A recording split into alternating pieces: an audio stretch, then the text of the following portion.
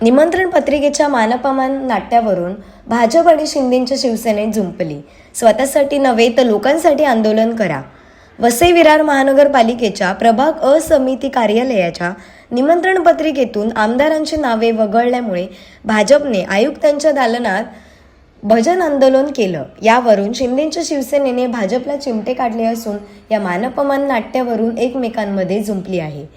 महानगरपालिकेची प्रभाग अ समिती लोकार्पण सोहळ्याची पत्रिका. या पत्रिकेतून वसईच्या आमदार स्नेहा दुबे पंडित, बोईसरचे आमदार विलास तरे यांची नावं नसल्यामुळे भाजपने पालिकेत आंदोलन केलं.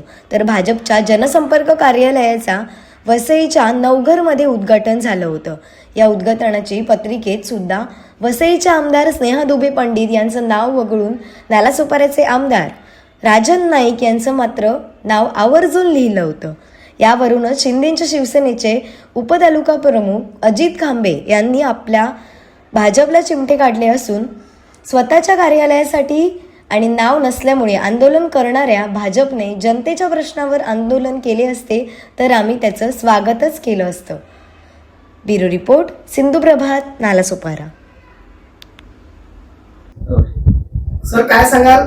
भाजपने काल आंदोलन केलं, आपली काय प्रतिक्रिया? वसई विरार महानगरपालिकेच्या कार्यालयामध्ये काल भाजपच्या पदाधिकाऱ्यांनी, नगरसेवक, गटनेते आणि विरोधी पक्षनेते यांनी जे काय आंदोलन केलं, मुळात तो त्यांचा पक्षाचा अधिकार आहे, त्यांनी आंदोलन केलं.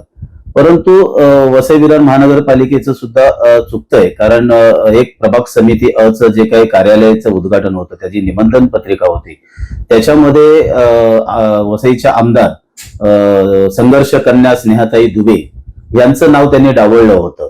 आणि मुळात ती खऱ्या अर्थाने त्यांची चूकच आहे. कारण स्नेहाताई दुबे ज्या आमदार आहेत त्यांच्याकडे एक संविधानिक पद आहे आणि त्या लोकप्रतिनिधी आहेत, आणि शासकीय कामाच्या वेळेस अशा लोकप्रतिनिधींची नावं डावलणं हे चुकीचं आहे. त्याचं आम्ही काही समर्थन करणार नाही कधीच शिवसेना म्हणून. परंतु भाजपने जे काही आंदोलन केलं ते थोडंसं हास्यास्पद वाटलं. कारण आंदोलनच जर करायचं असेल तर असे अनेक प्रश्न आहेत, म्हणजे जनतेचे गेल्या 10 वर्षापासून प्रलंबित अनेक प्रश्न आहेत. त्या प्रश्नांवरती भाजपने आंदोलन केलं पाहिजे.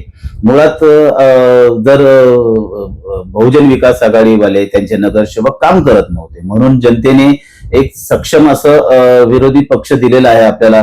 43 नगरसेवक महायुतीचे निवडून दिलेले आहेत. अशा परिस्थितीमध्ये जनतेच्या अनेक प्रश्नांवरती आपल्याला आंदोलन करायला पाहिजेत. आणि राहिली गोष्ट, निमंत्रण पत्रिकेवरती नाव नाहीये. निमंत्रण पत्रिकेवरती नाव महानगरपालिकेने जाणून बुजून टाकलं नाही की त्यांच्याकडून चुकून राहिलं. परंतु मागे काही महिन्यापूर्वी भाजपचं जनसंपर्क कार्यालयाचं उद्घाटन असताना त्याही उद्घाटनाच्या निमंत्रण पत्रिकेवरती संघर्ष कन्या आमच्या वसईच्या आमदार स्नेहाताई दुबे पंडित यांचं नाव नव्हतं.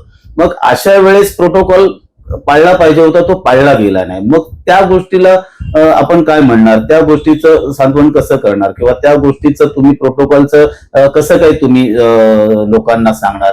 ह्या सगळ्या गोष्टी थोडं भाजपच्या माध्यमातून ज्या काय होत आहेत त्या मला असं वाटतं की त्या थोड्याशा जनतेला कुठे पटलेल्या नाहीयेत. जनता आज त्यांच्या बाबतीमध्ये असं बोलते की लोकांच्या प्रश्नांसाठी तुम्ही आंदोलन करा, जनतेसाठी आंदोलन करा.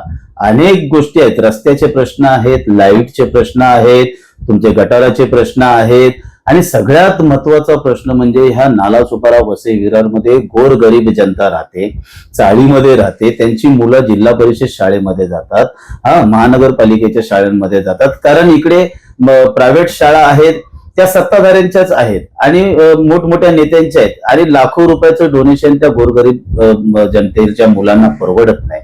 तर अशा परिस्थितीमध्ये मागे लोकप्रतिनिधींनी आणि महानगरपालिकेने घोषणा केली होती की आम्ही मोफत सर्व जागा हस्तांतरित करतो, जिल्हा परिषदच्या शाळा सुद्धा आम्ही हस्तांतरित करतो, आणि महानगरपालिकेच्या माध्यमातून सुसज्ज अशा शाळा आम्ही गोरगरीब मुलांसाठी देऊ. मग त्याचं काय झालं? आता बजेट झाला, बजेटची ज्यावेळेस मीटिंग झाली, बजेट मार्केटमध्ये आला, त्यावेळेस आपण पाहिलं बजेटमध्ये की अनेक विषयांसाठी, अनेक गोष्टींसाठी महानगरपालिकेने निधीची तरतूद केलेली आहे. जसं फुल मार्केट असेल, तुमचं भाजी मार्केट असेल, मच्छीचं गाव असेल, किंवा मग अजून काही गोष्टी असतील.